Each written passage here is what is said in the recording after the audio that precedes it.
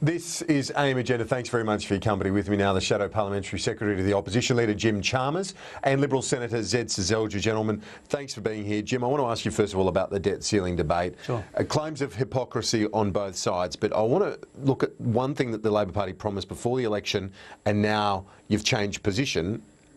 This is on the savings relating to the Gonski reforms, more than $2 billion from higher education. Yeah. Now you're not going to back them, as well as savings on tax cuts linked to the carbon tax. You're accusing Joe Hockey of hypocrisy, but isn't this Labor debt? And also, you're adding to it by changing your position on a few saves. Well, when we made that difficult decision in the last government as regards to higher education savings, that was when we had a fair income schools policy that was going to make a genuine effort at bumping up funding for schools and particularly disadvantaged schools. And what we have now is this sort of cobbled together, cocked up version of the schools policy. And for that reason, we don't support this saving going to that purpose.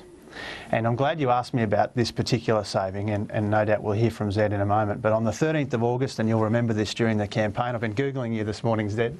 On the 13th of August, Zed said he didn't support this saving either. And he said that publicly. So it would be interesting to see what Zed will do in the Senate when this saving comes before the Senate. I'll get to Zed in a moment, and you can respond as you like to Jim's comments. But the whole suggestion that Labor wasn't willing to agree to the increase in the debt ceiling in the first place, and now he's trying to lump it on Joe Hockey. But this is Labor debt, isn't it? They've only been in office 3 months. We've said all along that we support a responsible increase in the debt ceiling, and that if Joe Hockey wants a bigger increase in the debt ceiling, all he has to do is release the books and make the case. Unfortunately, what we've got here, we've got a sort of a Buzz Lightyear approach to debt from the government, you know, to infinity and beyond. They said that the adults would be in charge. Instead, they've put the loonies in charge. They put the fringe dwellers in charge of economic policy. And you've got to wonder why Joe Hockey wanted to be Treasurer in the first place. He's got Barnaby Joyce writing his policy on foreign investment.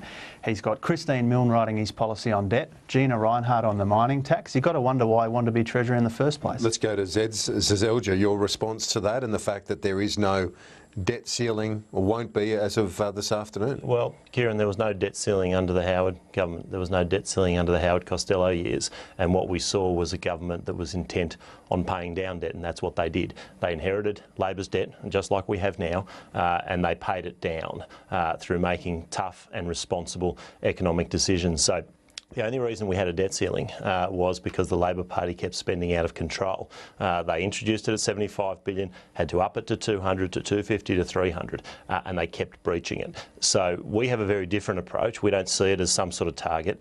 Our target is to get debt down, but what we're dealing with is the legacy of Labor's debt. Well, the $400 billion that they've left us in debt, and we've got to try and pay that down. But we never had a debt ceiling under the coalition government previously, but what we did was pay down debt, and that's the difference, the fundamental difference between Labor's approach to economic management and the coalition's approach to economic management. Do you think some of our viewers this morning will be looking at this episode and thinking, after all the criticism that the Liberal Party and the coalition levelled at the Greens, that you're now doing deals with them? Well, look, I think unfortunately the Labor Party has dealt themselves out on this by being quite irresponsible. They racked up the debt, and now they're doing all they can to stop us from dealing with the problems that they've left us. Now, you know, in the end, we will make responsible decisions, and if the Labor Party is not going to be part of that, occasionally we'll have to do deals with other parties. But in the end, we're going to do it in the best interests of our nation and the best interests of our economy. I don't understand why the Labor Party would be less responsible on things like debt than the Greens. That's where they're sitting right now. Well, and the point is, Jim Chalmers, you said that the loonies are in charge on this, but Saul Estlake, Chris Richardson, well-respected economists have argued on this program and elsewhere that there's no need for a debt ceiling, an arbitrary debt ceiling where, as Joe Hockey pointed out this morning, you've got the executive in the parliament. The issue here is that, and as Zed alluded to, the Liberal Party went to the election saying they wanted less debt, and now they're jacking up the debt. That's the core issue here. But it's got to peak, doesn't it? That's if something's on a trajectory, well, how do you turn it around overnight? The Liberal Party's been blowing out the deficit and blowing out debt. Joe Hockey spent $12 billion in 2 weeks already, post-election. He gave $9 billion to the Reserve Bank and gave $3 billion to the wealthiest in our community in terms of tax cuts. on superannuation and other things. So what's happening here, and people need to understand this, what's happening is Joe Hockey's strategy is to blow out debt, blow out deficit before Christmas to create the excuse to swing the axe after Christmas. And everyone can see what's going on, and we should just be upfront about it.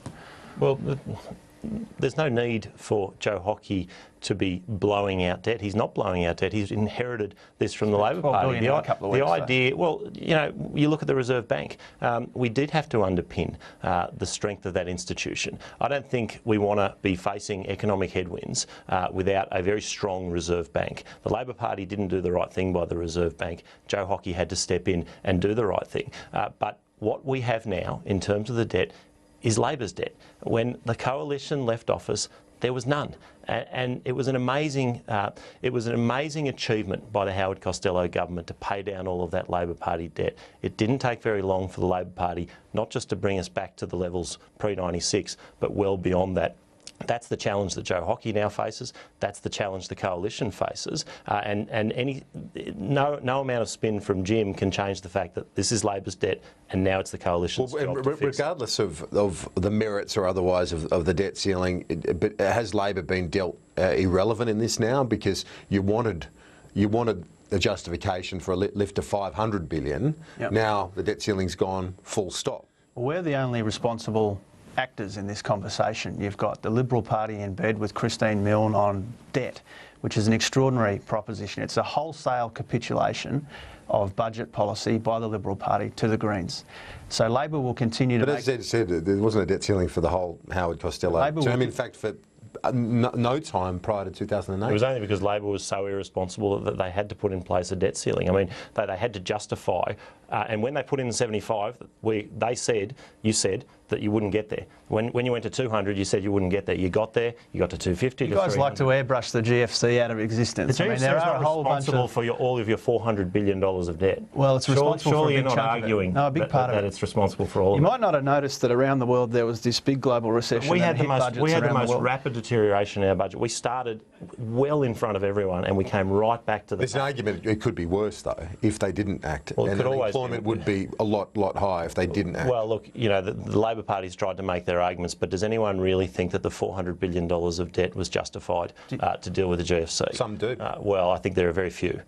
You know, if you look at even the stimulus package, we're not talking about $400 billion there. You know, it was poorly spent. We can go over all of those things, but to try and now claim that your 6 years of economic mismanagement and the $400 billion of debt is all as a result of a response to the GFC is not. Let's finally, Jim. Yep. There is an issue here, which is that the main issue here is that the government is completely different to what they promised. And in your own case, you said in the election campaign that you were against the university savings, and now you're going to vote for them.